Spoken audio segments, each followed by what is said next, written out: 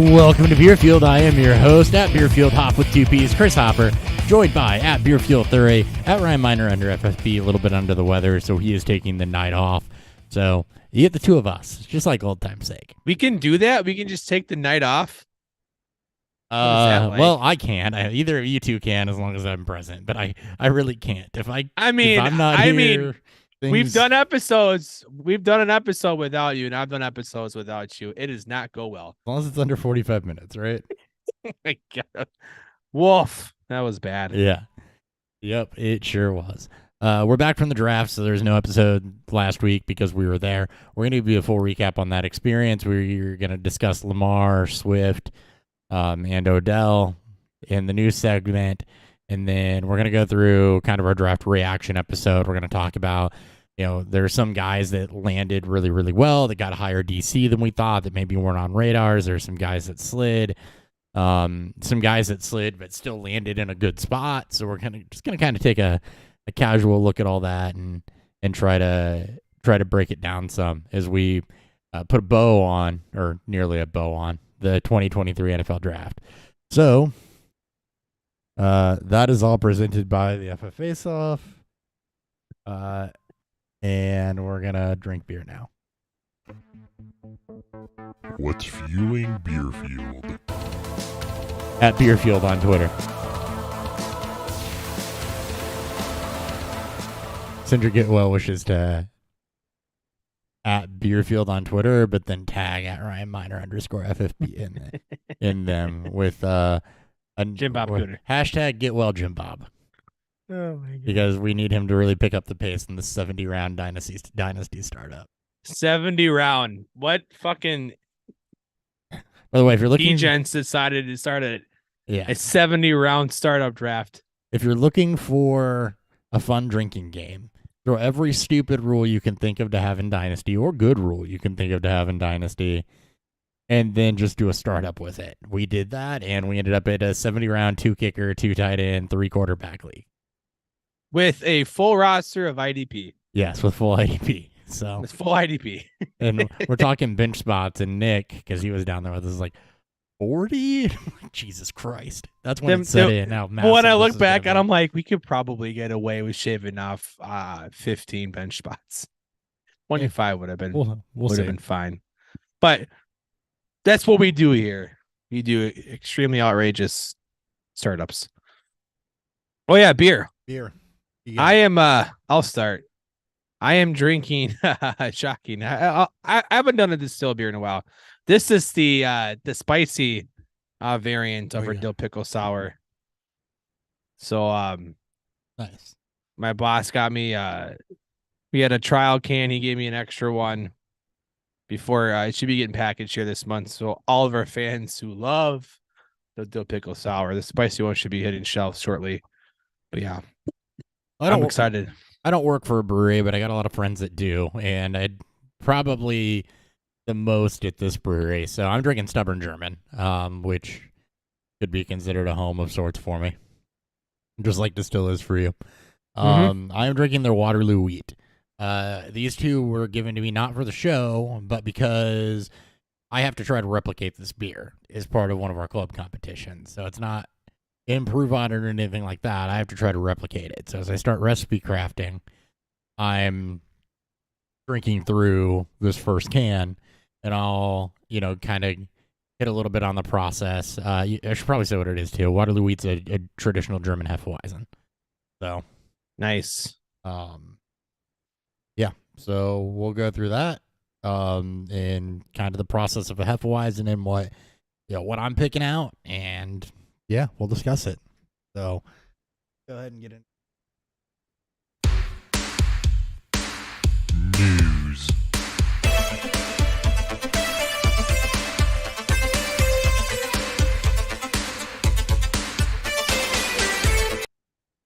All right. So first things first, Lamar was the biggest news of the weekend. That dropped while we were on the drive down there. That dropped while we were, you guys are on the drive there. I was already there. You were there. We were on the drive down.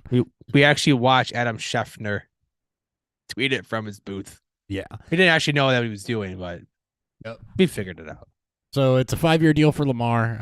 What was it? 185 million guaranteed. 185 guarantee, 260. 260 in total because it was 5 million more Total. than Hurts, who was at 255. Yeah. All's well that ends well is my take on this. When the Jalen Hurts deal dropped, that kind of reset the market from whatever the hell happened with Watson. It became we don't talk about Watson. Yeah, it became this is an outlier. So when the Hurts deal dropped, it $40 million less than what Watson got a year, or not a year, but guaranteed. Essentially, it reset the market. And players do have a lot of respect for each other and what they've done, and kind of, teams and players will use other players' performances to, justify or not justify why they get what they get. Jalen Hurts getting that kind of money, kind of like we'd hypothesized on the show, really kind of laid the framework for the Lamar deal, and that's why they're so close together. Yes, Lamar has a higher guaranteed value, the most guaranteed ever given to a quarterback. It's only about like $5 million. So not huge. You got a former MVP going up against a former conference champion that has played in a Super Bowl. So, pretty comparable there. 5-year deal, no trade clause, no tag clause. So I didn't know if you'd heard those two things yet. No, I just saw those today. It's no trade clause and a no tag clause. I mean, the no trade is, I think it's just pretty much set in stone for quarterbacks of their caliber. That's just to protect them from, from bad moves. But again, no trade clauses are generally. Yeah, no tag clause. Well, who cares, really? Yeah, the no tag one, like you said, that one's. I don't think I've seen that before. I've never heard of it. I'm sure it's happened in deals that just doesn't get brought up. Mm-hmm. That's fun. That could be how Lamar changes the market too, with that no tag clause. Yeah, but that is fun. That's good. That's a high profile player. It might not just be the quarterback. You see a guy like Justin Jefferson's due for his contract extension this off season. You can see different positions getting that type of wording now too. 5-year deal. I think it protects the Ravens against some of that injury concern or degradation concern with the way that Lamar plays. Long term, looking at the dead cap, it does reduce every year. 2028, 2029 are actually. So it's a 5-year. What the hell is at the end of this? Are those void years? 5-year, $260 million, 72.5 signing bonus, 185 guaranteed. Base salary 7.5, signing bonus 72.5, cap at 22, dead cap of 112. Okay. Yeah, so it starts this year. Obviously, yes. Yeah, 2028 and 2029 are void years. So that's why it's a 5-year deal. They're auto void years that they did for cap reasons to spread it out. So it's only a $22 million cap hit this year, which is insane. It peaks the last 2 years of the deal at $74.5 million. I mean, at that point, it's structured for extensions. Like players of their caliber, of his caliber, they never play out these full deals. They're always extending, restructuring. Yes. Everything. Yeah. And they'll have to. It's a $74.5 million cap hit the last 2 years. They don't void. They'll have to. But yeah, Dynasty, this is good because he's locked in. You get some solidification there. Just props to both sides. Lamar getting no tag clause without an agent. He ended up doing pretty well. And I'm honestly happy that after the Hurts deal dropped, both sides just kind of came in sensibly and said, all right, he just got this. You're close. We'll give you a little bit more to make you the highest paid. We'll put some language in there that you want. We'll get the deal done. And they did. Mm-hmm. So we got a question. We do. Bama in the chat. I lost you. My shit. Yeah, I know. Bama in the chat. 10-team super flex. PPR, no premium. Looking for a for sure smash sell. Looking for a for sure smash sell Bijan deal. Or will I just take him? So here's the offer for his 101. Dak, the 108 in a 24 first. I don't think With the 101 and Mac Jones. So you have, let me restructure this. So it's 101 and Mac Jones on one side, and you have Dak, the 108 in a 24 first. Which side do you want? 10 team super flex, PPR, no tight end premium. So as always, I'll preface this with it kind of depends on where the teams are at.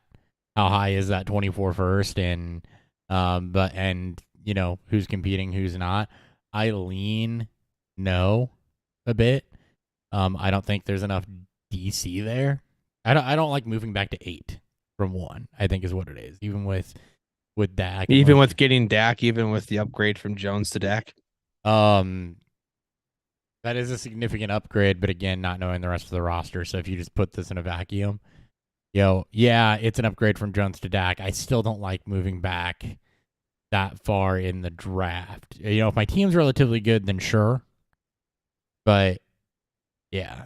So 108, it's going to probably be Zay Flowers. Yeah. Which typically is the 4th receiver off the board. Yeah, we went over this when we were there too. Because obviously all 3 quarterbacks are gone. Here's the thing, right? Gibbs are gone. It's 101 and a super flex. So if you're upgrading to Dak, why don't you just take a longer term upgrade and one of the 2 quarterbacks? So he has Mahomes and Watson. So you have Mahomes, Watson, and Dak. Okay, so it's your third. So it'd be your 3rd quarterback. Which Watson be his 3rd QB. Obviously, because Dak, I think you and I would be in agreement that Dak's ahead of Watson right now. Yeah, but I would also think I don't know where you're at. I'm not sold that Bijan's consensus 101 because people are saying he's consensus 101 talent wise. I'm not sold on. I have 101s and I'm not sold on Bijan as you saw in our startup. I did not take Bijan as the first rookie. Yeah, it's not what we think. It's pretty much what everyone's been told. You are paying Bijan prices for the 101. That is like you're not paying Stroud prices. You're not paying Young prices. You're not paying Richardson prices. You're paying Bijan prices. Bijan prices, and that's how I value this. It's not a smash for me. That's for damn sure. If you're looking for a smash, it's not a smash. Could you talk me into it? Yeah, but I don't look at that and say I'm smashing this. I don't hate it. I want to know where the 24 first, where that's projected to land. Because you gotta remember, just because you get Bijan doesn't mean you're an automatic playoff team. So if the person buying Bijan, maybe their roster isn't very strong, or they're a French team, whatever. Right. So it's if that 24 first is gonna be mid, I don't hate it. Yeah, because there's other deals you can make, right? You're not drafting your team. But do you feel giddy about that? Right, do you feel like that's a smash though? Like, because when I hear smash, I feel the trade's pretty fair. I think the trade's pretty fair. Because when I hear smash, I want to smash accept on something. That means like I see it and I'm immediately giddy about it. Not I need to take time to analyze it and then say, okay, yeah, that's fair. Okay, so Bama thinks it's mid. I think the way that Bama put it in the chat, it's not this is a smash accept. This is he would like to move Bijan. It's this deal worth that? And I think the trade's pretty fair. Which is knowing what we're getting from Dak. The definition of mid, right, is fair. Yeah, which is fair. I know, but the 24 first is mid, is what I'm saying too.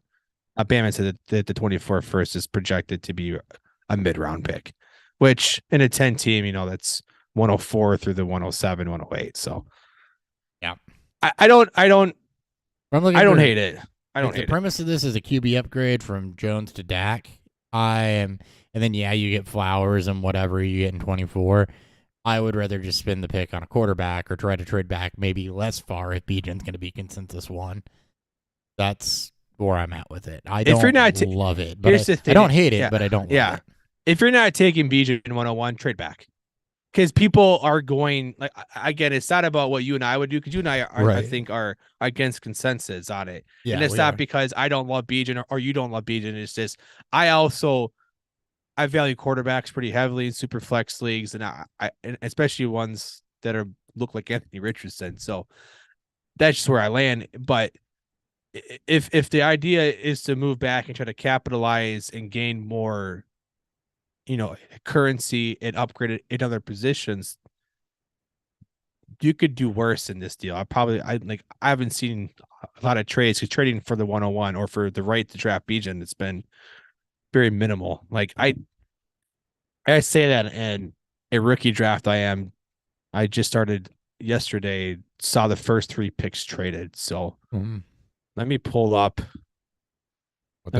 this league and I'll pull up the trades. I actually had the 103 and I traded the 103, Well, the 203, and yeah. Anyways, let me pull up the trades. I did a 101 trade too, didn't I? You did. Let me pull that one up. That was in. So here's the 101 trade. It was Jonathan Taylor and the 109 for the 101 in the 311. Yeah. So swaps, So right? Taylor, You're swapping Taylor in the 109 for the 101 and the 311. Yeah. So move back 8 spots. Acquired Taylor. Which is 3 years older. Honestly, yeah. This with the role that he's probably going to play with Atlanta with Arthur Smith. Yes. Like what I would expect, this year is heavy carries, Ritter, mobile-esque. Maybe you won't get a lot of checkdowns. So at least, yeah. So when I traded, what I'm guessing, I traded back in Superflex, and I gave up the 208 and the 101 to get back the 104, the 202, and Waddle. So I moved back 3 spots in the first round. I moved up 6 spots in the second round, and I got Jalen Waddle back. Yeah, I like both sides. I do like your side more because you're gonna end up with you'll end up with Waddle, and this is a super flex league, so I'll end up with Waddle with one of the 3 quarterbacks or Gibbs, whichever one you prefer. Yeah.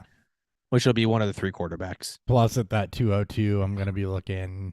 If I look at my top 50, I'm going to be looking in, Kendre Miller, A-Chain, Hyatt, Kincaid territory, right? So, yeah.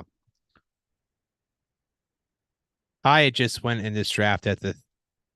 Hold on, you're gonna laugh at this. I think you might be very high on Hyatt. Hyatt went the 303 in this league. No shit. We're gonna talk about him a little bit later, so I'll save my opinion there. Yeah, there's some guys. I'm not as high on them as you are, but I'm also half paying attention. Well, I'm not done filling in this top 50 too. Once I push them down, I'll probably be in the mid-second. So yeah. Anyway, so the consensus on that, Bama, is Dan likes it, would probably take it. I don't want to move back quite as far, and I don't hate it, but I probably would want to get a little bit more out of it. Yeah, that's fair. Okay. And we covered Lamar, so let's talk Odell. Not really a lot to get into with Odell.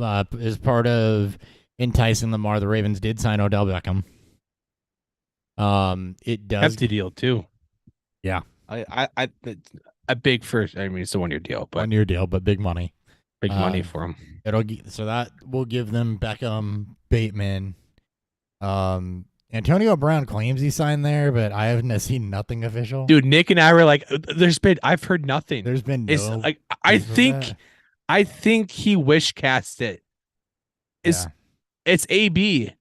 It was just AB photoshopped himself on his own personal account, and there's been literally no news about it since. Yeah. So Zay Flowers. Good for Bateman. Yeah, Odell Beckham, Rashad Bateman, Zay Flowers there. Beckham gives them, if Beckham can come back and be even what he was at the Rams, it gives him a veteran presence and a solid wide receiver. And that receiving room is a lot better. I don't think there's a lot to say about that. It's a 1-year deal. It's a lot of money. There's obviously risk there for a player coming back off of multiple ACL tears, but a player that when we last saw him was playing very, very well and could obviously be an upgrade over the likes of Duvernay, Aguilar, or Duvernay and Prochet and I will say this. This is the most commitment I felt like a coaching staff has given to Lamar since he's been drafted to want to progress him to become, or just want the offense to progress to be more pass focus, yes. Right? You bring in a chameleon type of OC that's going to utilize his playmakers to the best of his ability. You go out and you overpay, but you paid heavily to a potentially Hall of Fame receiver, and you also drafted a wide receiver in the first round while still retaining your first round receiver from 2 years ago, right? This isn't like last year when they traded away, Marquise Brown and didn't replace him. This is, we are going to stack this room. Lamar coming out, I'm going to throw 6,000 yards. Honestly, bud, if they let you throw it, given your division and the conference that you play in, there's a very realistic chance that you throw the ball a lot more than people think they will.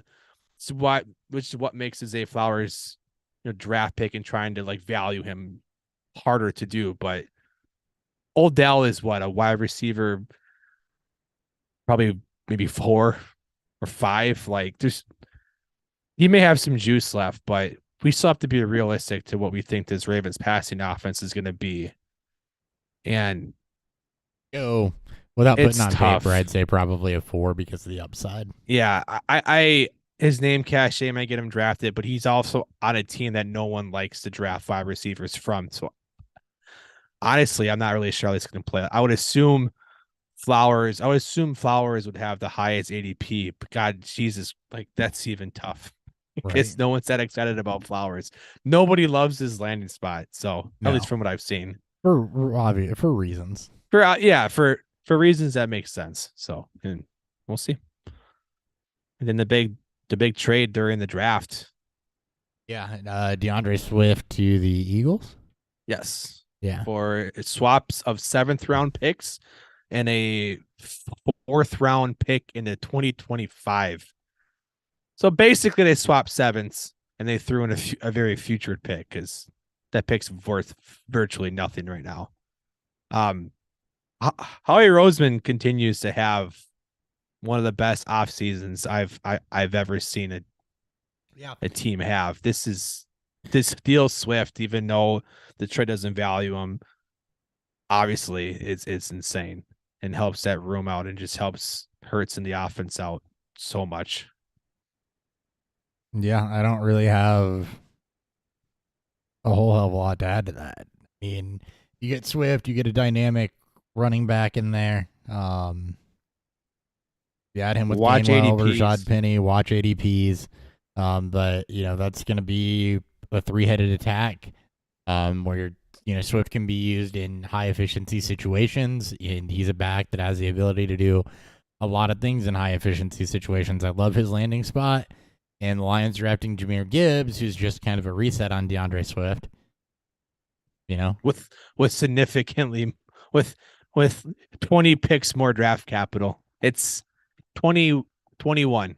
Yeah. Swift was, I think, pick 34. So 22.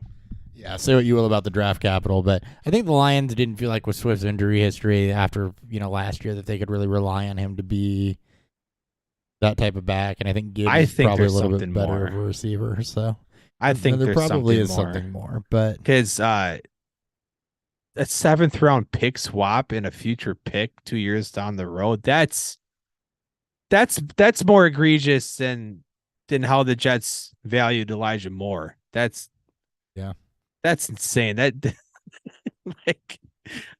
the Lions draft the running back at pick 12 and then traded one barely worth a day 3 pick. That's insane to me. That they spent a high draft pick on. Yeah, that's there must have been there's some underlying shit that had to have happened because that's insane. I agree. All right. I don't have a drop for it, so screw it. We're just going to go ahead and jump into some draft recaps. So, what? No, I'm just saying boom. Oh. Your drop. Boom. Got it. Boom. That's my drop. All right. Draft recap. I'm going to go position by position because this is how it's listed. Yes. And we'll just kind of go that route. So, the quarterbacks that everyone cares about Young, Stroud, no surprises there. I don't think we need a deep dive with them. Or nothing that happened in the draft changes our pre-draft interpretation of this, I don't think. And it shouldn't, honestly. So Anthony Richardson to the Colts. I think a lot of us thought this was going to be Levis. Thank God they got the pick right. And shout out to Justin, our boy Justin, who was with us. Colts fan that hates Levis as much as we do, especially as a Vikings fan, was also as nervous. Yep. Richardson, great pick for fantasy. Him and JT. Yep. It's top five DC for Richardson. I know it shot him to the top of your draft board. I don't think he's always been there for me. But like I said, for fantasy wise, he's been there for me. I don't think I'm changing a lot there because acknowledging that this is a huge investment and he is easily the most dynamic athlete. He's still raw without a lot of experience under his belt. There is also bust potential there, so I don't think I'm going to change that around too much. But you're drafting upside, he's easily your one. And he doesn't have to. I mean, obviously with Gardner Minshew there, Richardson doesn't have to play week 1. This could easily see him, beat out this. Again, expectations, Colts offense. If Richardson starts week 1, I would expect, Jackson rookie year, Hurst rookie year, Fields rookie year. Just don't expect a lot of pass volume. So a little ding to Pittman and the rest of the collection of playmakers there. Yep. And we'll see what happens more through training camp because that situation is going to be fluid. If Minshew is clearly ahead and they're going to start the season with Minshew to develop. Then we love Pittman. To develop Richardson a little bit more. We love Pittman. So yeah. Then I'll love Pittman a little bit more if that happens.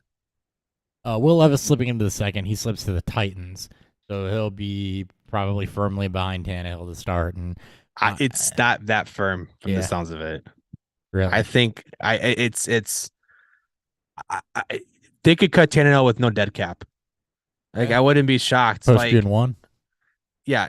The thing about Levis is I don't think he's a quarterback starting next year. I think they're going to be they have one of the worst rosters in football. Easily one of the worst rosters in football. I do think Levis plays over half the games this year, which is why probably he's going to be a value in your rookie drafts. Like, you don't have to like him. We don't like him.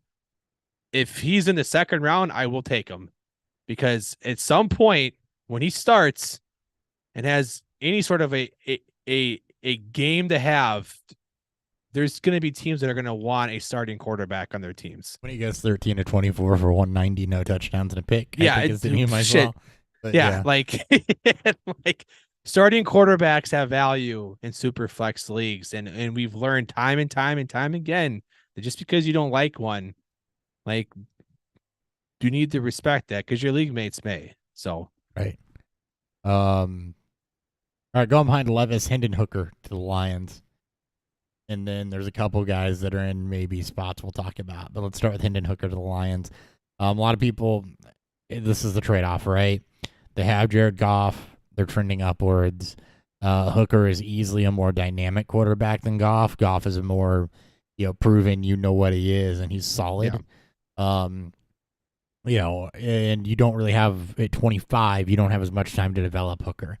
So I don't get this pick. It's value. You get him in the third round. The Lions are the favorites to win the North. I believe Josh Larkey, shout out to Larkey, said that they have the fourth best odds to win to be the Super Bowl team in the NFC. I don't get drafting a backup quarterback in the third round. It just didn't make sense to me. Like, at the time, I was like, cool, they got him at value, but unless they feel like he can be as good of a passer as Goff, or they know that, this is a league where you need to be mobile at the quarterback position, and they are actually planning a transition to be more mobile and more dynamic at the QB position.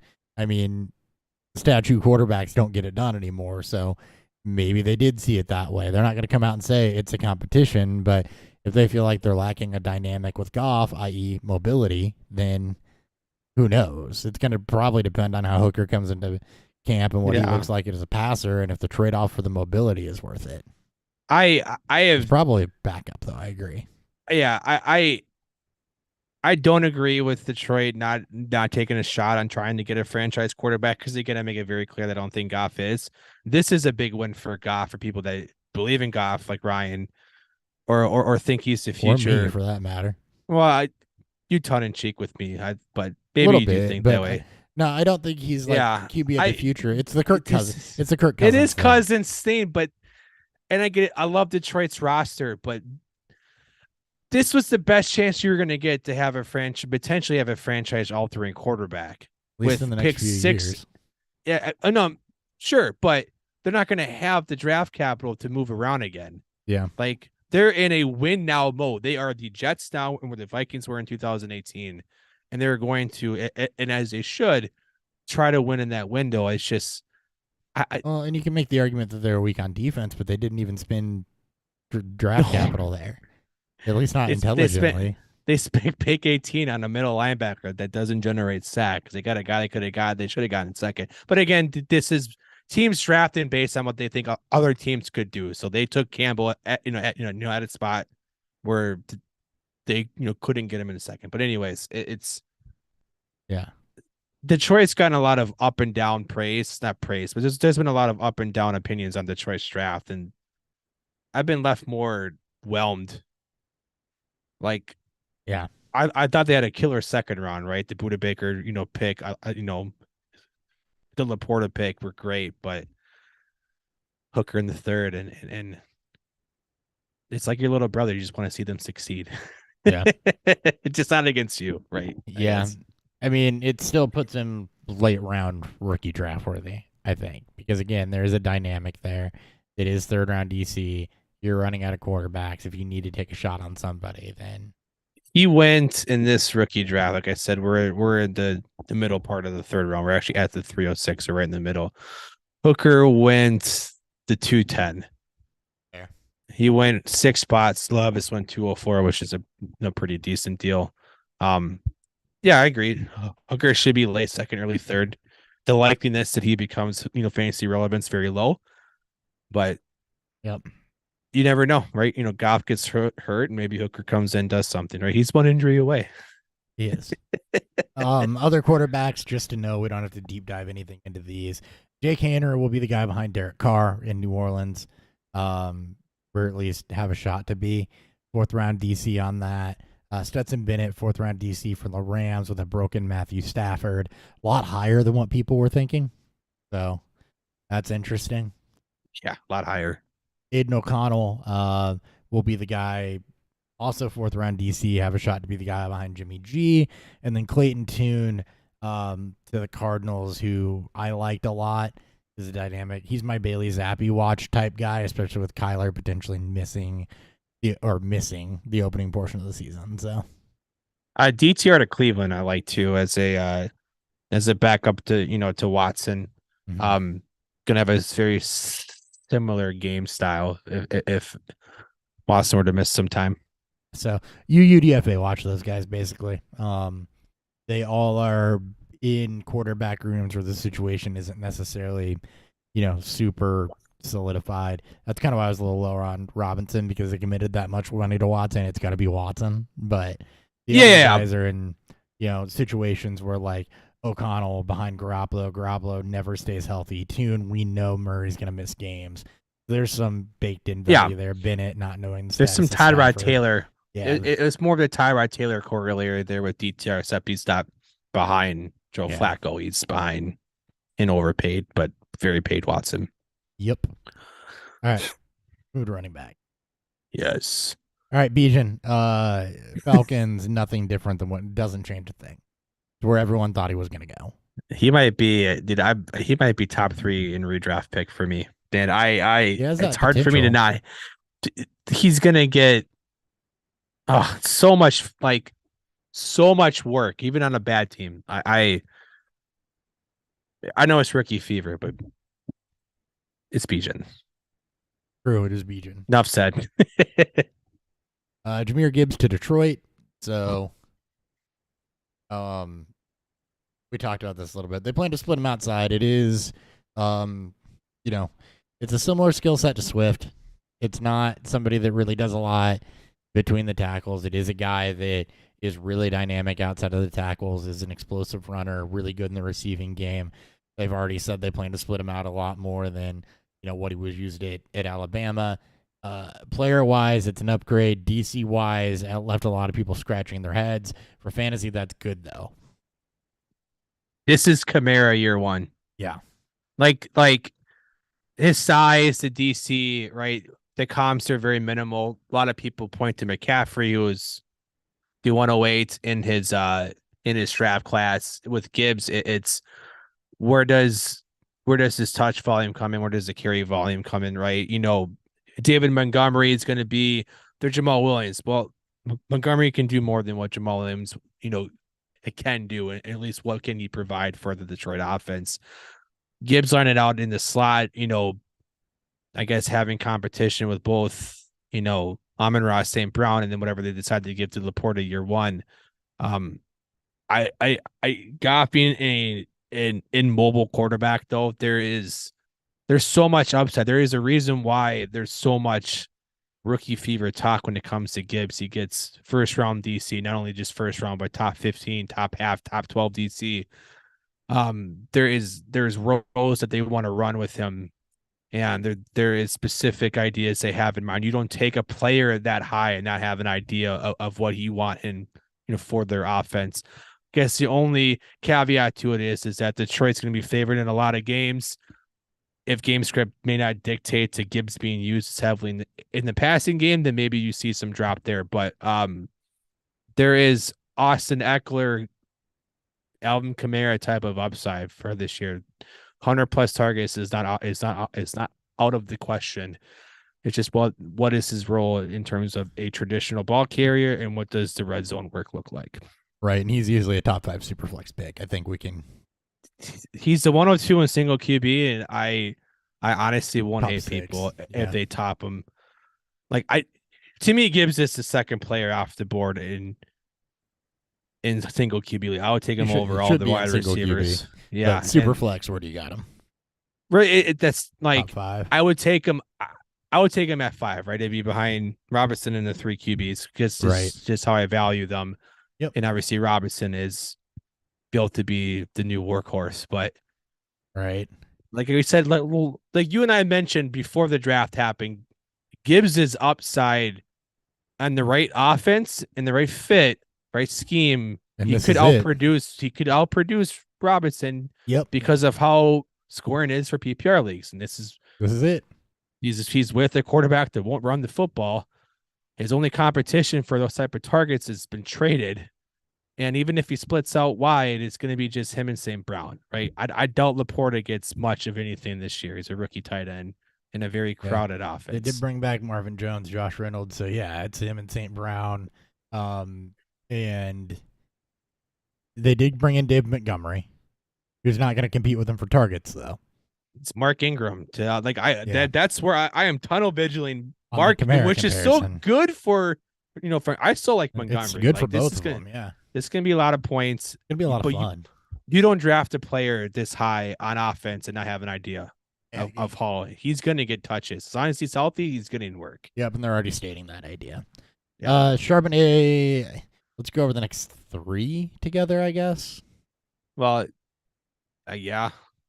The day 2 backs, I guess. Yeah, well. I was going to do the next, because of how I have them tiered, I guess. Okay, let's just go through the day 2 backs. Charbonnet in the second to the Seahawks. And then, DC, just run team, I guess. Yeah. And then Miller to the Saints, Spears to the Titans, A-Chain to the Dolphins, and Bigsby to the Jags. So, breaking this down, Charbonnet, I agree. It's the right DC. It's the wrong team. He lands behind Kenneth Walker. That's a pick that didn't make any damn sense to me. Why spend that draft capital on a guy that doesn't do, I guess, for a receiving back, or because Seattle always has people hurt? I don't really understand it. That's the note that I saw drop today. It's Charbonnet had a more complete pass catching profile coming out of college. Yeah. Than Walker. Walker had the 2-game stretch last year. He had, I think it was 15 targets. Most of last year, especially at the end of last year when his role was more defined. it was 1 targets, 2 targets, 0 targets. Charbonnet's role is because he's got the size too. He's also bigger than Walker. Yeah. Again, it's running backs are very landing spot dependent. What doesn't also make sense though is they drafted JSN with the first in the first round too. Right. So they shore up the passing game. Then they also double down on running backs. This hurts both. They want to have multiple backs, right? They lost Penny free agency. Yep. They're gonna go and draft Charbonnet high, the same pick range as Walker too. Yeah. As last year. This is gonna push Walker down dynasty rankings. Charbonnet, I think it's tough because most running backs didn't get great landing spots or they're in committees that they got drafted into, and Charbonnet is no different. He's one of the slew of backs if Walker were to get hurt. One injury away from being more, but he's also there's going to be flex value already to him. It just depends on like what his ADP is going to be in redraft, and he's not dynamic enough for me to get it done on like this isn't Swift we're talking about. You give him or even Gibbs, you give him the same number of carries or even A-Chain later on. You give him the same number of touches. Charbonnet is going to be near the bottom of that list. He's just not an explosive back. He's not a dynamic receiver. He's very solid. But that was kind of what I didn't like and what I hated about the landing spot because Kenneth Walker does what he does very, very well. He's one of the best pure runners in football. Right. Yeah, he's very, very good. So Charbonnet, you drafted a 3rd down back in the 2nd round. Like this is kind of the same rant I have about something a bit later on, but they did it a little bit worse because you had Kendre Miller, who we'll get to in a second. You had A-Chain still on the board that also went in that range. Or you could have waited until later and got a guy like, a Deuce Vaughn, who's smaller but an absolutely more explosive back, or even Chase Brown in the 5th, who I actually had higher than Charbonnet pre-draft because I thought he did a lot. He had a lot of volume, which hurt the averages, but I thought that he looked a little bit more dynamic with the ball in his hands and as a runner that you could have also drafted in this role. I'm also wondering if they're with the shades of Chris Carson, obviously during his heyday with Seattle, battled a lot of injuries too. Walker injury scared, yes. Walker got banged up last year. Walker's also a bit undersized. He doesn't play at 215. Charbonnet's a bigger back and handle more of that type of workload. This may be their insurance, and this is their old school way of thinking. We're gonna beat you this way. This is their version of thunder and lightning, but not done in a way that you think it would be done by. It was a bad pick when they made it, but when it comes to your rookie drafts and with the rest of the rookie running back landing spots, it's Charbonnet still doesn't fall that far in terms of where the value lies in. No, he moved up from me because of the DC. He's my rookie. He's my rookie RB5. He's tier 3 for me. He is. You have to respect the DC.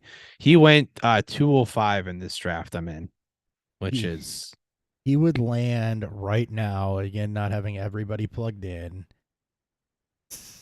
at the 205. So there you go. Well, this is a super flex. I don't know if this is super flex. Okay. The way I'm ranking it, super flex. So perfect. At the 205 before I have everyone plugged in. So he's going to be in that mid-second round. He will be a late first in your single QB leagues, mid to late first. Yeah. Now, I don't like him the best out of people in this tier, though, and I don't like his landing spot the best out of people in this tier. That distinction for me goes to Kendre Miller. He was a guy I hadn't watched. I hadn't worked up. After he got drafted, I did, and oh, man, I would have been singing his praises a lot earlier had I done that. But he didn't have the productivity, and he didn't do anything at the combine. But on film, excellent burst, great contact balance, didn't have breakaway speed, but again, exceptional burst allowed him to knock out some chunk plays, really subtle twitch, small at the line and slippery, adequate hands, definitely had some Kamara traits, but a better pure runner. Didn't move piles, didn't do a lot in the way of pass blocking, but we've seen Kamara's efficiency fall off. I think that still has legal stuff pending where he could be facing a suspension. Yeah. And to me, Miller immediately slides in as the other part of that 1-2 punch in New Orleans. and I love the play. I like the player. I like what I saw on film. I'm a little scared off by, not performing at the combine and, some of the career metrics, I guess. Really, the yearly stuff was fine. I like the player, though. I like the landing spot, and I think he's my favorite back in this tier because I thought that he looked. It's probably him than A-Chain because I think they're both dynamic, but Miller is also a bit better on the size, probably going to hold up a bit better as a runner, not so much a one-trick pony, whereas A-Chain, I think, is more of going to be a passing dynamic type specialist and used outside in some creative ways. But, yeah, I love Miller. I love the pick to New Orleans. If he wasn't behind Jamal Williams, like, that's it. Not again. I obviously didn't watch his film, but the underlying metrics are okay. He wasn't utilized at all, really, as a pass catcher. The pass catching profile is pretty well. He's really maybe that's his role. Doing it though. Yeah, I mean, So. Maybe he gets some of that stuff, but this isn't the Sean Payton Saints. This is Dennis Allen. Again, we're not trying to draw comparisons to what it used to be in a different regime and a different coaching staff. But I don't hate it because I do expect Kamara to miss. I think his missing time will happen this year. It's a different regime. It sounds like. Sorry, I want to point something out about what you just said, though. Sure. Different regime, different coaching staff. Same regime, though, right? It's the Dennis Allen Saints, but Dennis Allen was under Sean Payton, and Pete Carmichael's still the OC, who was Sean Payton's OC. So it's not like you had a whole coaching staff turnover here in New Orleans. It's all people that worked with Payton. Fair. And like I said, Kamara also didn't have the sexiest of collegiate profile when he came out, too. So, again, maybe he will. And maybe he's a replacement, right? He's only 20 years old. He'll be 21 in season. I had to fight to not make the Kamara comparison when I was watching him. But it's got the size, right? Very similar build to him.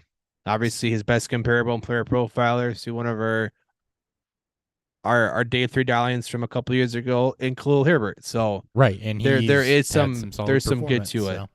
I agree. It's expectations for this year, though. He's gonna need some injuries. He's gonna need that suspension to Kamara. I don't see him just taking his role. Jamal, the most likable fucking person in the world, not just from his own players, but from the coaching staffs. The guys that have coached him fucking love him. All the guy do is just he eats in people's work, and maybe Miller's more of a 24 play. The A-Chain, it's where the most intrigue is, which is where I think a lot of people are at because of Miami's backfield situation being so whelmed. It's one of the worst running back rooms in football. Right. You got most, if not the worst, 30 plus, and they just doubled down on that running back room from and Jeff Wilson, and there's literally nothing there to get excited about. A-Chain doesn't have the best of size, and McDaniel's coming from the Kyle Shanahan culture tree, right? We'll run these guys down to till they're fucking out for the season. So, interested to see where he fits in, but yeah.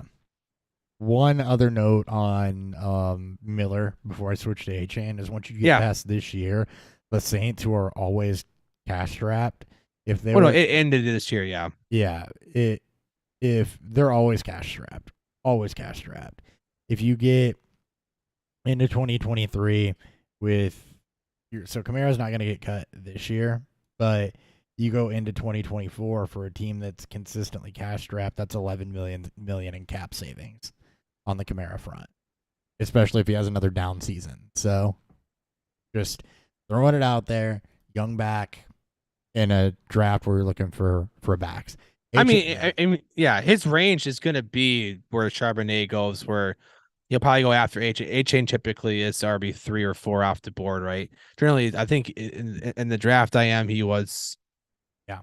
He wasn't. Tajay Spears was the RB3, but then it was A-Chain at the 203, and then Miller went 206 right after Charbonnet. So those guys are all going to be within the same range. You just, as you mentioned, you just take the one that's your favorite, the one that you think has the best shot for, for fantasy success. Because we're going to say the same thing about most of them, right? There's a potential for success, but there's a black eye for A-Chain at size. I expect him to be used a lot in space. in a lot in some dynamic type plays, and I agree. That's a good offense to be in space. It's a good offense to be in space in, though. Yeah. So you're looking for explosiveness from Achane, but you're probably going to be a little lax on volume there. For Miller, it's not size; it's just how everything's going to shake out going into this season. To give him that opportunity. For Spears, I didn't watch him.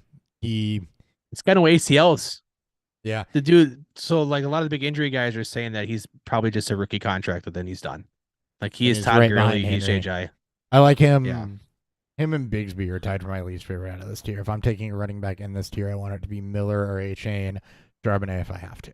I just don't like Bigsby, but his role is going to be very defined in Jacksonville. Obviously, he's got the size over ETN. I think that's and Doug Peterson likes backs like that are built like him.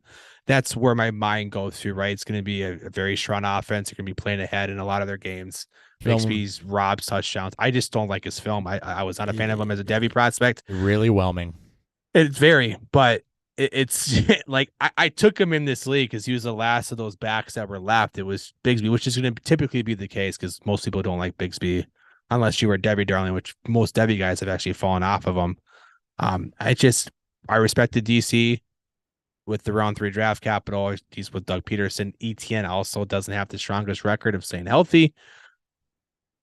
More defined role. We'll see. Yep. If I can get him as the last of those backs, I think there's some value to that. Yep. All right. Beyond that, Roschon to the Bears kind of falls in the same tier, I think, as Bigsby for me. We went ahead of Bigsby in this rookie draft. Yeah, I don't agree with that. But do you want to tell the story real quick of because you told it a lot. Roschon reaction? So we're at the house. Obviously, we just got back. No, this is before we even left for lunch because it was round 4. He's only round 4 back that was taken. And half of our draft room are Bears fans. And Hopper's reaction was of utter disdain. While the rest of us were like, oh, this is interesting. I actually really like the landing spot. And he was so mad. I threw a hat. But you weren't mad. But you weren't. I mean, you were mad at the player, and then that part calmed down. You were mad at the type of running back he is, and just a pick in itself. Yes. It's the position and the way he plays the position didn't make sense. It didn't make sense to you with what where your rant comes from. Yeah, right. With the roster they already have in place. Right. It's a situation where give me a big beefer between the 20s like Rodriguez, or give me Deuce if you're looking for dynamics in the receiving game. I watched Roschon's film after I got back. I'd kind of casually paid attention to him because he was catching a lot of love, avoiding the word hype, catching a lot of love. But when I came back and watched it, I saw basically a third down back that can do a little bit of change of pace work. He's an excellent pass blocker, which is an area that the Bears are emphasizing. He's a fantastic pass blocker that, while he's not dynamic in space, a lot like Charbonnet, he does have reliable hands and everything. So he's okay as a runner. I didn't see a lot to love there. It was just kind of But because he's such a good pass blocker with a receiving profile, he could be a guy that I think the Bears trust on third downs. It's something that Foreman doesn't do. We've seen it a bit from Herbert. Foreman's a pure runner. So there's a little bit of a difference here. I wanted more dynamic out of them adding a receiving back, but they did get what I think is going to be a solid third down back. Now, what does that mean for fantasy? Don't get your hopes up super high. This is this is a team with a running quarterback, and I think that the Bears probably will use Roschon to chip or block a lot on third down. I honestly, like when I was watching, that was the strongest suit. He was excellent in that regard. And I see how he fits the football team now. But for fantasy, if you're looking for a lot of volume from him, if you're looking for, it's an ambiguous backfield, but you're looking for someone that's going to be dynamic or whatever, then this is a guy that, one, isn't just going to fall into that immediately. I think I like both Herbert and Foreman more as actual, goal line guys and pure runners. And I also, think that even if Roschon does get some run due to injury or whatever, this isn't a guy that you look at and say, this is the guy we want to rely on is our lead back. I think that if he does have any productivity, you're getting into Pierce and Algier territory a bit. Those are my two. Like he's Dameon Pierce because he's a part-time back being potentially thrusted into a full-time role. Part-time backs in college don't have long-term NFL success. It's just how that's typically if you don't earn full-time work in college, you're not going to earn full-time work in the NFL unless it's due to injury or to a backfield that's ambiguous. Obviously, Roschon being behind Bijan didn't help his cause for that. There are many ways you can chop that up. He was able to carve into Bijan work, which is the glowing side of it. Then it's say he wasn't able to do more when he switched to running back. I just love the Bears rushing offense. This is again when you're taking stabs in the dark and in the end of at the top of the second round, middle of the second round, depending on what your league is. You're looking for running backs who could be who's going to get time right away. So there's some potential flex value. And then how does the team look? Bears have one of the most efficient running games. When you have a mobile quarterback like Justin Fields, you're going to have a very efficient running offense. I agree though. And then like Algier, it's when does his time come? Does Herbert need to get hurt for him to carve out a role? Is he just going to take his role? Because Herbert had 5th round with a different regime. So there is no even ties to Herbert. Yeah. If I'm correct. I think Foreman, I think this regime likes him though. And it does. This regime also has already have glowing talks about Roschon. Yeah. I think they're going to want to play both like they did last year. I think with Montgomery and Herbert. They brought in Foreman for a reason too, and that's where it gets ambiguous. And I think that even if you have an injury to Herbert, for Roschon to get the backfield to himself, which is what I think he needs for even a chance at Algier Pierce productivity, you got to have injuries to both Foreman and Foreman's earned that. Like, I don't want to take anything away from Foreman. He has been one of the best fill-in running backs over the last 2 seasons. So, I think you have to have an injury to both Herbert and Foreman for them to find fantasy relevance here. And even when I think Foreman's a 1-year deal and Herbert is a little older, he's probably a rookie deal only guy, but I don't look at Roschon and say this is dynamic enough to be the lead back permanently. So no, he is. Again, he's also round 4. He's also still day 3. We always say we're getting closer and closer to round 4 guys being relevant, and we're gonna shed that. And that's true, but it's not true yet. Not even really. Not in this Still class. Not really. And still enough teams have shown us that they want to, play the smart way in terms of analytics. No, it's going to be running backs that they draft in day 2. I checked that mark for 5 of the last 8 years, and I'd drop off the last 3 at the beginning of every draft season. It's still the 3rd round or higher. Yeah, we're not that close. Roschon, like Herbert, these guys are just part-time guys that you take in your drafts. If something happens, you already have them. If you like them, that's great. But that's who they are. Like, these aren't guys that are going to be perennial high-end 2s.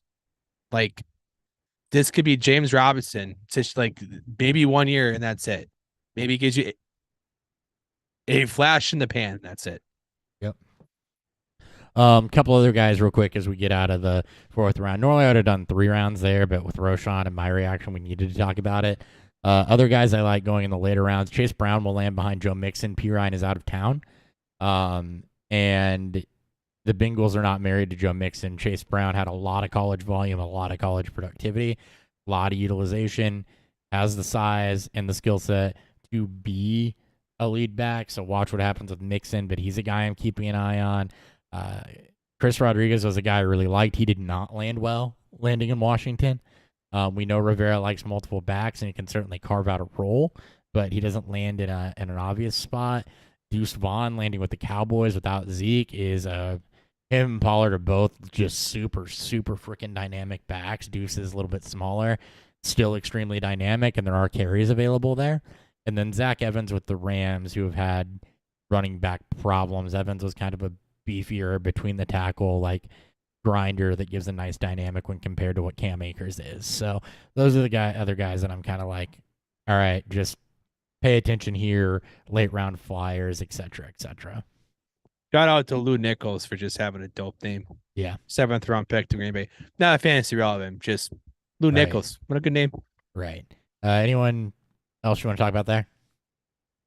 No. It's sad that our boy Israel didn't get he landed good draft capital. And he landed with the Jets. He landed behind Brees. Although there was rumors apparently that the Jets were looking at Gibbs at 15. So it's maybe they're not so high on Hall's recovery at this moment, but I pour one out to the Israel hype. Indeed. All right. Peer review, and then we'll do receivers and a quick hitter on tight ends. Yep. Beer review.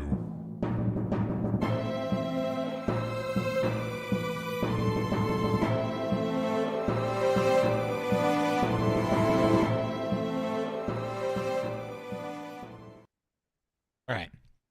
So I had Waterloo Wheat from Stubborn German Brewing Company, and I said I was going to take a look at this as a brewer, like, what am I thinking? And I'm going to preface this with I have a little bit of insider information right now, but I haven't gone and asked all the questions I need to ask as I'm crafting this.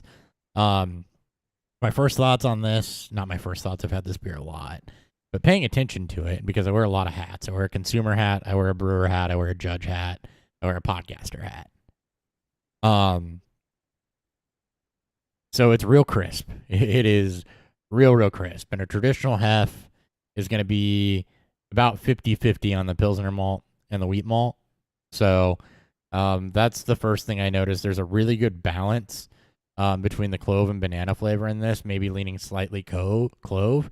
And when you're using Hefeweizen yeast, where you ferment at temperature-wise controls kind of what flavor you get. So where you're at in the temperature range will control whether you get more clove or more banana out of a beer, and your pitch rate is going to control kind of how strong that is. So neither flavor is overwhelming. It's a really, really locked in, balanced Heffy in that regard. The other thing I noticed here is it's really clear for a hef. Like German hefs normally dark for a hef too. I'm in bad light. Okay, that looks like Vienna lager. Or not even Vienna, but maybe like a Marzen levels of color, not the yellow grassy straw.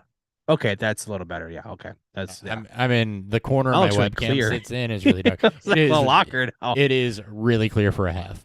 And I know that that again can go along with fermentation temperature. It can go along with the fact that I didn't pour the whole damn can, so there might be some haze sitting in the bottom there.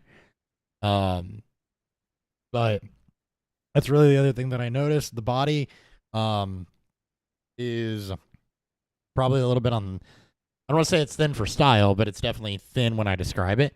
It's light, so that means that it's going to be a bit lower of a mash temperature, most probably. Not going to be super high in that regard. And I actually know for a fact that they do some, I don't know the specifics, but they do some form of step mash with this. So, as far as just drinking it, it's a really, really good and balanced hef that the body makes extremely crushable on this. But, comparing it to like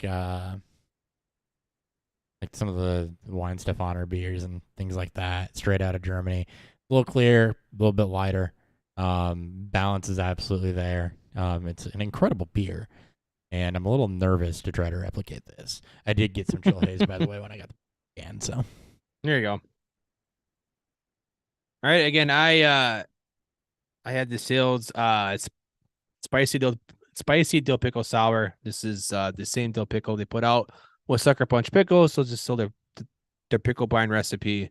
I believe they added in habaneros and jalapenos. I can't remember. I do not remember what peppers were added into the batch, but from the first sip, as you can tell by color, obviously, pretty. Yeah, let's get some haze to it. It looks like a pretty haze. It's unfiltered. I mean, yeah, that'll do it. And then you're obviously added in the brine recipe with the peppers. First sip, nothing. As soon as it hits the middle of the throat to swallow to aftertaste, that's when all the heat comes. I don't know how many people are gonna sit and drink it. Perfect mixing beer. If you like spicy bloodies, or if you like to cook and you want to get spicy, your Bloody Marys. Some spice notes with the bloodies, or if you want to get some spicy notes for your marination for your chicken or for your brats. This is where this could shine, as it kind of adds a different component to it than just adding a straight pickle beer or just pickle juice. It's a very, very small release. So if you see it and you're interested, I say grab it. This is still very high quality when it comes to this style, which is pretty rare to find. Yeah, I was gonna say a style of one spicy pickle. A style of one. Most of the pickle beers in general are one-offs. Ours did so well that we turned into year round, and we're doing small batch variants of it. So yeah, interesting, and the spice does linger. It is a bit it's very intriguing. It's something I would try, and for me, I call those flight beers. I want to try it, so if I can get like a half a pour or a flight of it, that's probably where I'm gonna go, because I'll drink a full one, but I'm probably not ordering more than one. But this is not it. Yeah, this is not. This is very hard to be meant to drink, because just the pickle beer itself is already tough, because it's very flavor forward and it's very pickly. You have the spice components, and people are gonna like, okay, I'll have a half of one, I'll have a flight pour. Yeah. Let's make a bloody with it. I also don't like pickles or spicy, but it's intriguing. Yeah, this is on beer. Yeah. It's intriguing. I'll give it that. All right, wide receivers. Let's start with the top 4 and then get into the clusterfuck of everything after that. So, Smith-Njigba, Johnson, Flowers, Addison went in that order. That's what most people had, and probably, if you were looking at top 4s of rankings, that's probably the order most people were, not the order they were in, but the 4 guys that were near the top of most rankings. So if I'm breaking that down, JSN was the favorite coming in. I think he gets dinged a little bit with the landing spot, especially in the short term. Quentin Johnson, kind of the same thing. Zay Flowers, kind of the same thing. Jordan Addison actually has the most exciting landing spot to me. He has the easiest to predict landing spot. Johnson, I still think, has the highest upside, just given his quarterback long-term potential. I care a little bit when it comes to landing spot, when it comes to receivers. I do too. Especially when you're looking at what they're going to do very early on in their careers. JSN and Quentin Johnson feel like 2024 plays more than anything. Both players you want to take in your rookie drafts because they have big play potential, especially with JSN, with how good he is. He could phase out Lockett without even needing an injury. It just may take half the year to get him to get to that point. I think they're going to have, because there's nothing behind those guys. When I look at JSN, and this is what I said immediately when he got drafted, is he's going to push Lockett back outside where Lockett played early in his career when Doug Baldwin was still in town. Absolutely. Yeah, absolutely. And absolutely. I think that's fine, but Lockett's 30 plus. I'm trying to pull up his contract situation right now. He's on the wrong side of 30. He's already in the last couple of years of his career. JSN's volume might be more of a long play, because he does land in a, he's the third guy I don't think he's going to end up being the third best receiver there. They have an out on Lockett after this. So, yeah, he's signed until he's 33, but they have an out after this. Like I said, this is a 2024 play. Yes. This is, again, what makes the Charbonnet pick so kind of mind-boggling. It's this team looked like they were going in that type of direction. Geno, game manager plus. This is one of the better wide receiver duels in the league. You add in the best wide receiver prospect in this class. He gets to go right into the slot, which is where his natural position is. Yep. Lockett will move outside. DK will be stretching the field, and that's a good problem to have. But it's also a team that likes to run the football. You worry a bit about volume. I agree. This is more of a longer-term play. He still has I think, the best long-term floor. Quentin Johnston, want to talk about that for a second. This is the Chargers, to me, trying to make out right on the Mike Williams failure. I love this pick, especially with Kellen Moore there now, and I do too. What he did with with Dallas the last 2 years for their offense. Yeah. This is them trying to make right on the Mike Williams failure for a bigger guy that can play outside. He also did work a good amount over the middle. It doesn't immediately take Allen out of play. It doesn't immediately take Williams off the field either, because I think he's going to slide in ahead of, Palmer at all. And your 3 is going to be Mike Williams, Quentin Johnston, Keenan Allen. So he's on the field. I like him more than Williams. I think Keenan Allen's still going to be the guy that gets the majority of it, but he's not dynamic, and we've known that for a while. He's pure volume. Johnson has a chance to be very dynamic with upside here. If he finishes in the mid to back wide receiver 2 discussion with his quarterback, with his offense and everything, this year, I'm more than happy with it. Yeah, this is a little more raw. I mean, obviously, he's going to learn how to develop his route tree, learning from Keenan Allen, learning from this coaching staff. He's going to develop that in the long term. Where he fits in, this is Burks from last year. This is where N'Keal Harry was back in 19. This is an offense so that you can definitely buy into with a coordinator that can get the most out of it, especially the fit for Herbert. Johnston's going to be a big play machine. He's not going to be a volume play early on. I this entire year is going to be a lot of ups and downs in terms of what his production looks like. Great for best ball. Kind of like what you got with George Pickens last year. And what you got from Mike Williams for his neck. Like, it's going to be right. He's going to be he's going to work in the third quadrant as their big play guy, what Josh Palmer did last year. He's also going to probably work in place where he can get the ball in his hands right away, whether it be wide receiver screens or bubble screens, quick slants, ins and outs. Like, get the ball in his hands, let him make work, and let him learn naturally from Keenan Allen and that wide receiver room, and then he'll progress more. I love this fit for him, and I think it won't shock anybody when he is one of the more productive, if not the most productive, wide receiver from this class. No, I agree with that. Zay Flowers lands in a place where he has the opportunity to be dynamic, and I loved his post-draft interview, and it said, "What are you getting from me? You're getting explosive." This is an offense that likes explosive. They're trying to gear up more towards the pass, but you don't necessarily have to use Flowers in that way. He's not really being blocked by anybody. We don't know what Odell has left, as we talked about earlier. Sky's the limit for him in this offense, and he's gonna go as far as this offense will take him, as far as how he's deployed and as far as how Jackson progresses. People don't like the landing spot because of those 2 reasons, but I look at this and say that he has the clearest path to year 1 production, aside from maybe Addison. I think Addison's is Flowers to me is the biggest wild card, because we don't know what Baltimore is going to look like this year. Mm-hmm. We don't know what their defined role is. Beckham, Bateman, and Flowers could all play a very similar role. None of them are very big. Bateman's probably the biggest now. Bateman's been their flanker outside, but not recently. Flowers is going to probably play inside. He'll probably start out in the slot. He's not going to obviously play big slot because he's not big, but it's what the offense. Yeah, it's going to be, what does the Baltimore passing volume look like? Where does the relationship with Bateman and this team look like in terms of what his role is going to look like this year? The $13 million going to Beckham, what is that buying for his role this year for as long as he's healthy?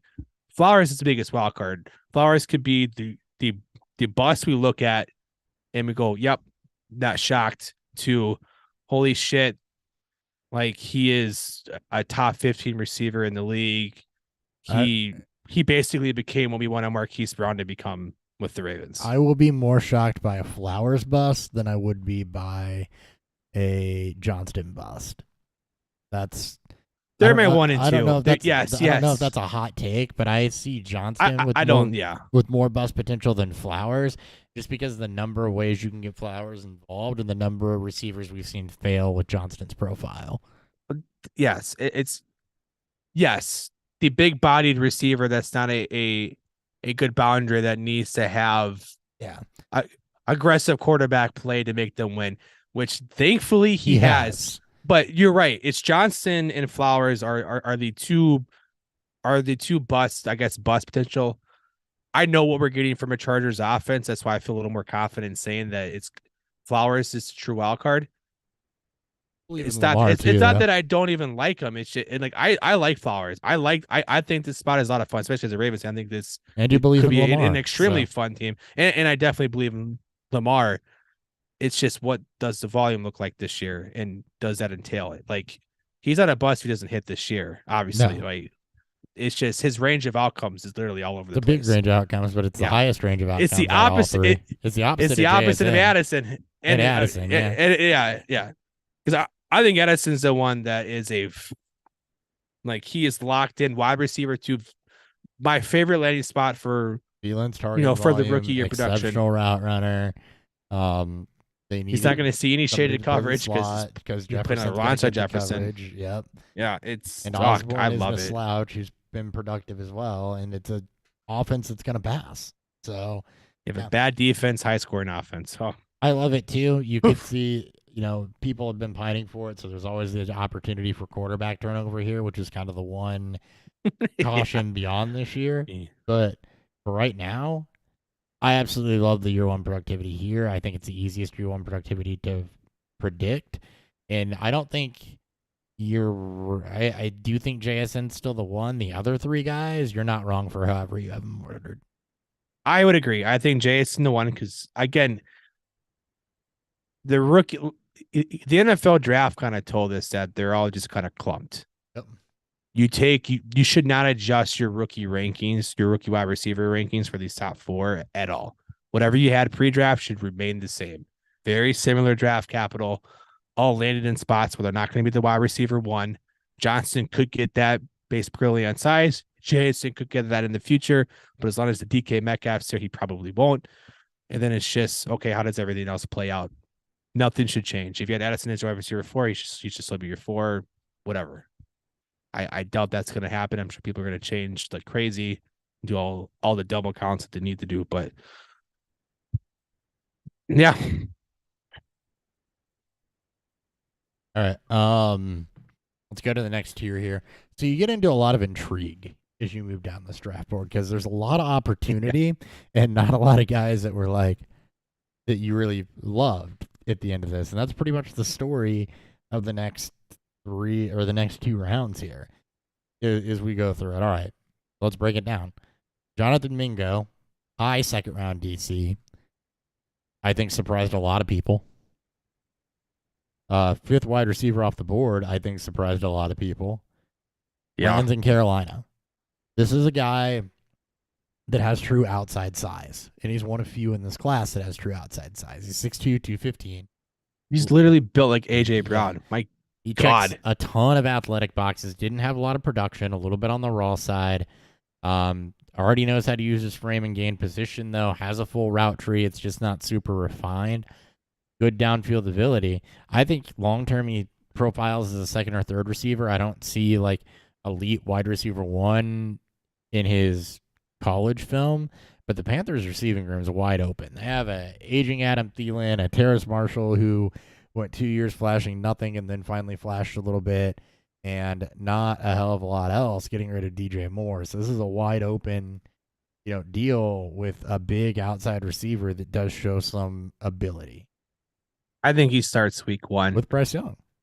Yeah, with Bryce Young, DJ Chark, other outside guy, Marshall is regulated to the bench. This could be a really big wide receiver though. If they wanted to move one of those 3 inside, yeah, between Chark, which I doubt Chark would, but between Marshall or Mingo, and then not even worry about Chenault. I mean, not move him inside. You have Adam Thielen. Yeah. Either way, Thielen plays inside, but he's still a big slot. Either way, I think Mingo plays from day 1. I agree. And we're going to see, this is where, how does he progress with the rookie quarterback in Bryce Young, how that situation all plays out.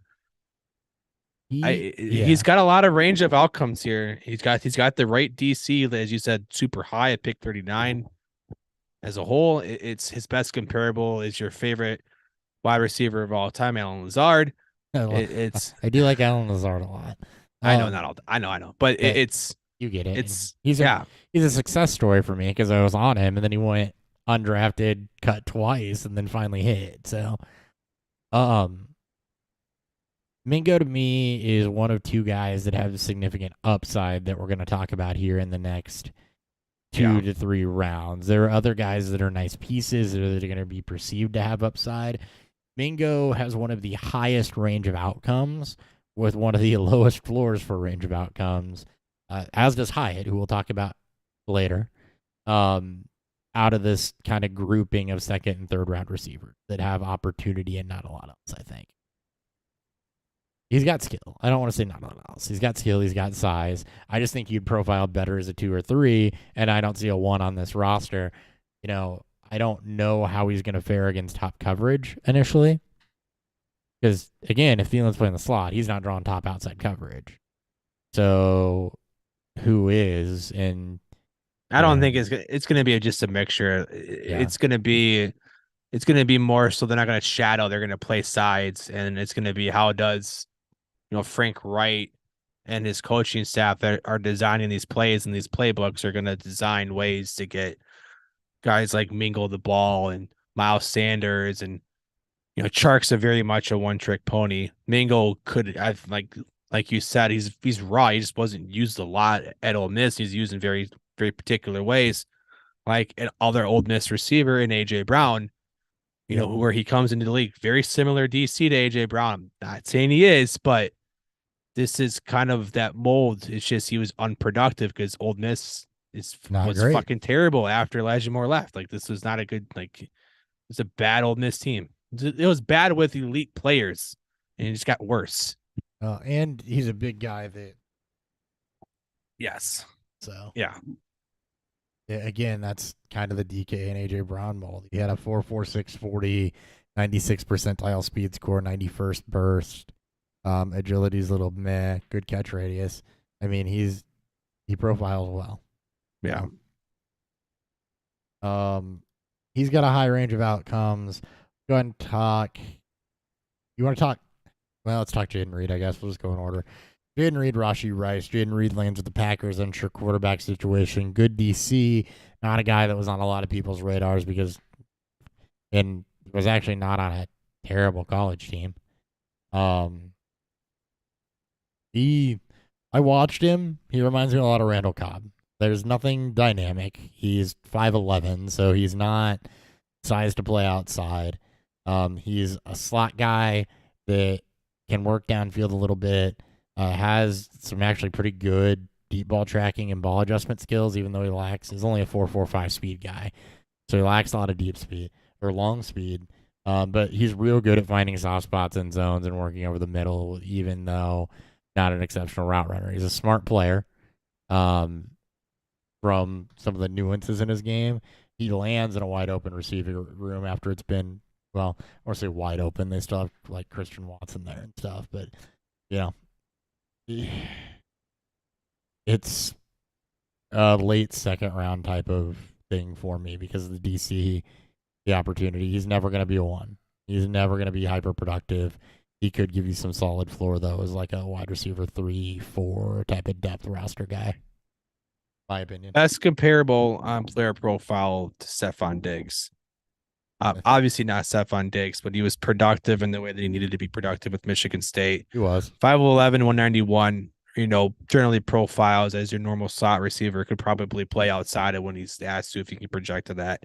Maybe not a full time, but whatever. It's the long-term outlook of Green Bay. Jordan Love, how long is he there for? Dicey.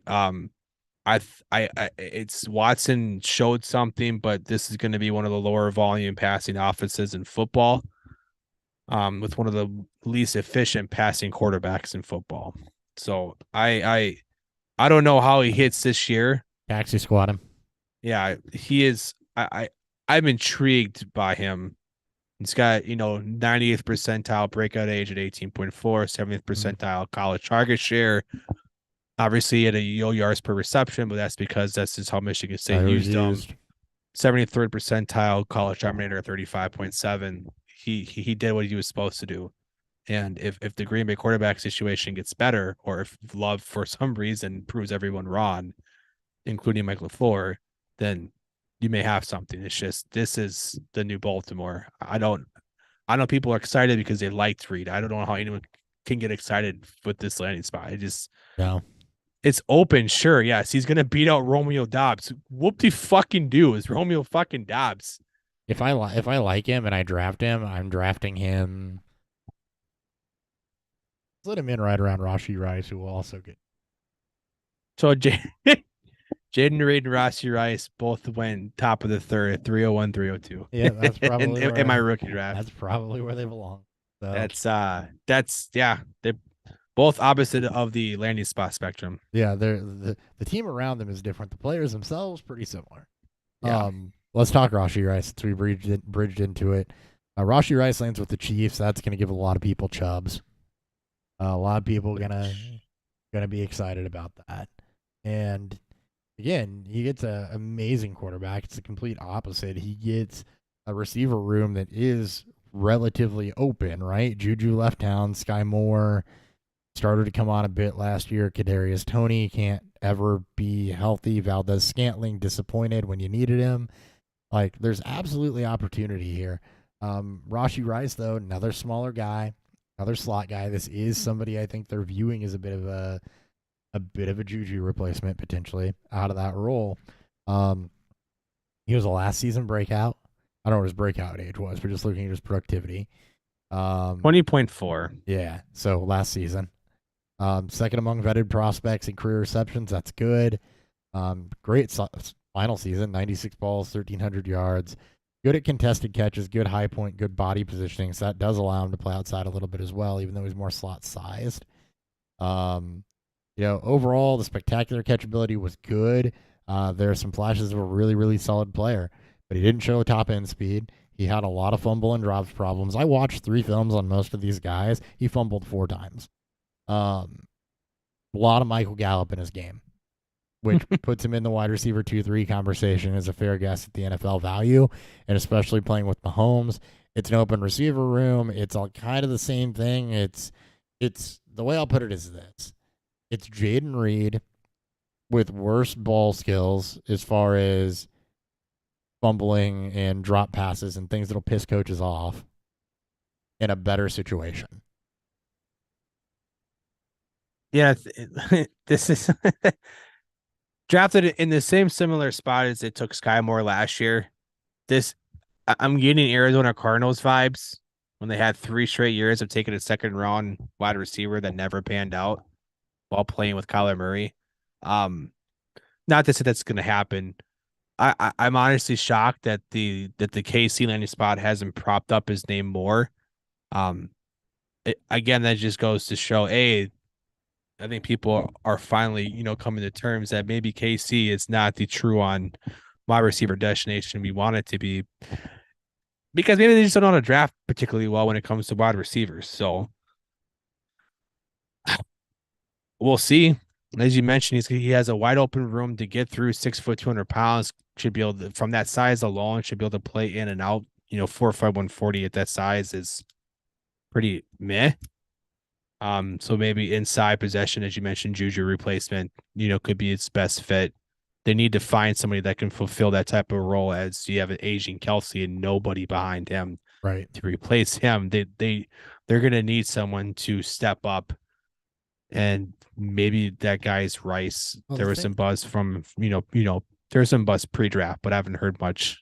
His deep ball ability and his ball skills and his ability at a high point and actually win contested catches, I think, does make him an interesting guy that, can play. He's not a big slot, but he can play more like a big slot that actually works downfield because of his ball skills, and kind of works the seam in the same way Kelsey does. That's just a film observation. His best comparable, Terrace Marshall. Yeah. All right. Keeping her moving. The next couple guys that went, I don't have any interest in. They don't tickle my fancy. I don't care about Marvin Mims to Denver. And I kind of don't care about have to care about Tank Dell to Houston because Stroud asked for him. and because I don't care when players ask for players. I don't either. It just never works out the way that he's they in think a wide. it will. He's in a wide open receiver room too, but he's not a guy that I literally tried to watch his tape twice, and I was bored and decided I'd rather go to bed instead. So I have 5'10", 165. So I have no notes on him because I was opposite bored. of a tank. Yeah. Mims, I did like Mims, but that room is so crowded, and while I do expect things to get shaked up, I think the Tim Patrick contract is, I think he could even get cut this year. I think it's more of an out for next year. Rumors of them trying to move Sutton or Judy, maybe that room opens up more for them. But it's, how can you draft him with a large amount of confidence, with knowing without really knowing what the fuck's going to happen in Denver? You can't.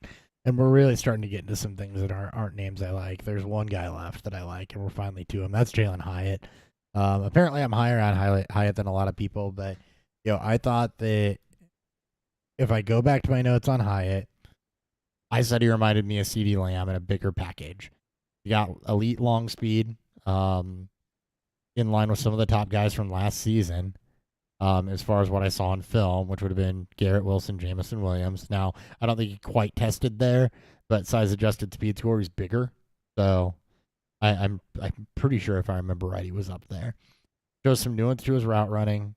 I thought he could easily project as a wide receiver 1, or a high end 2 on a team that already has a 1. It's going to be interesting to see how he does with contested balls in the NFL against more athletic defenders, but he was really good at stacking defenders, really good at getting himself open, and then making people pay for that.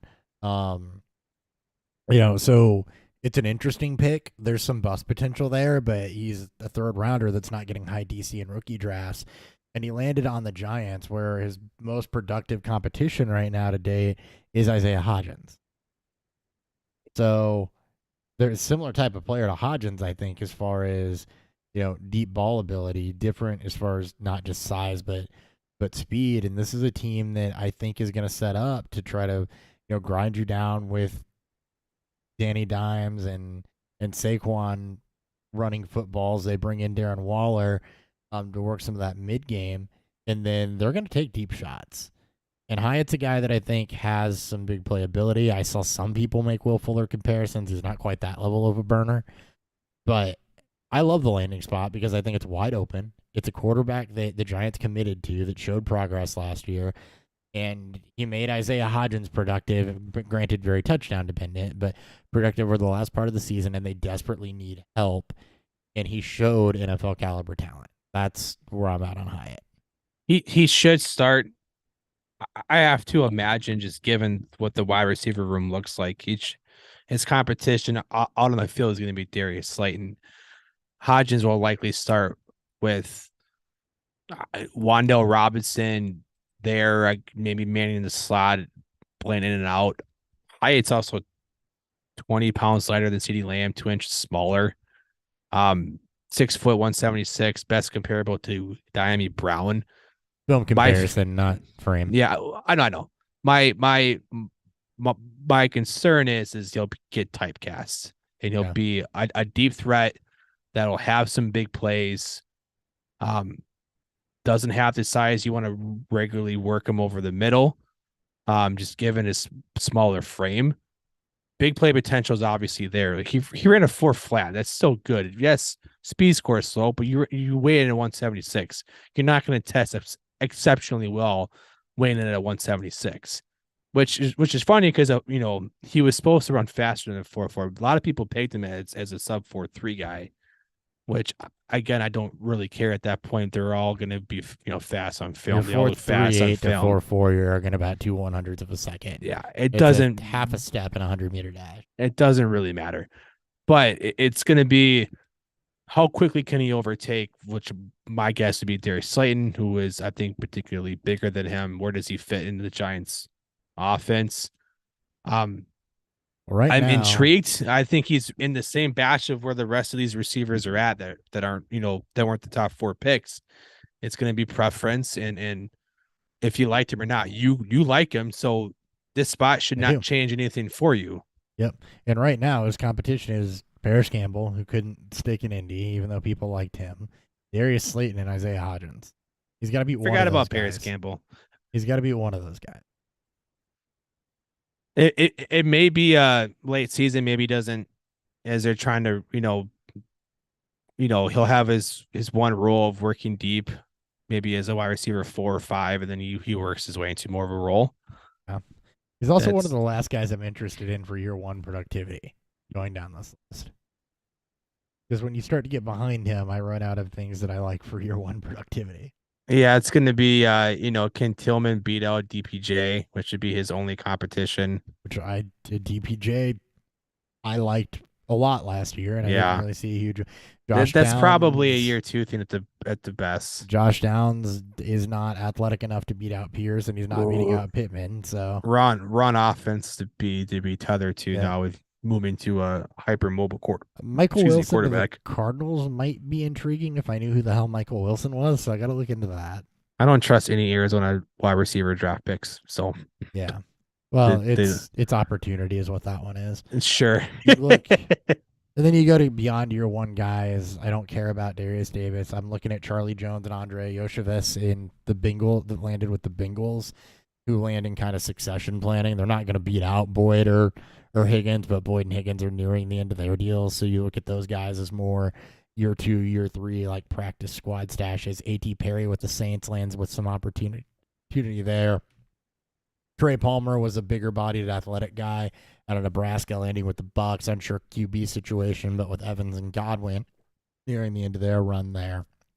There's some longer term intrigue in some of these names, but there's nothing else beyond that I look at and I'm like, man, I don't think we're gonna get anything from me.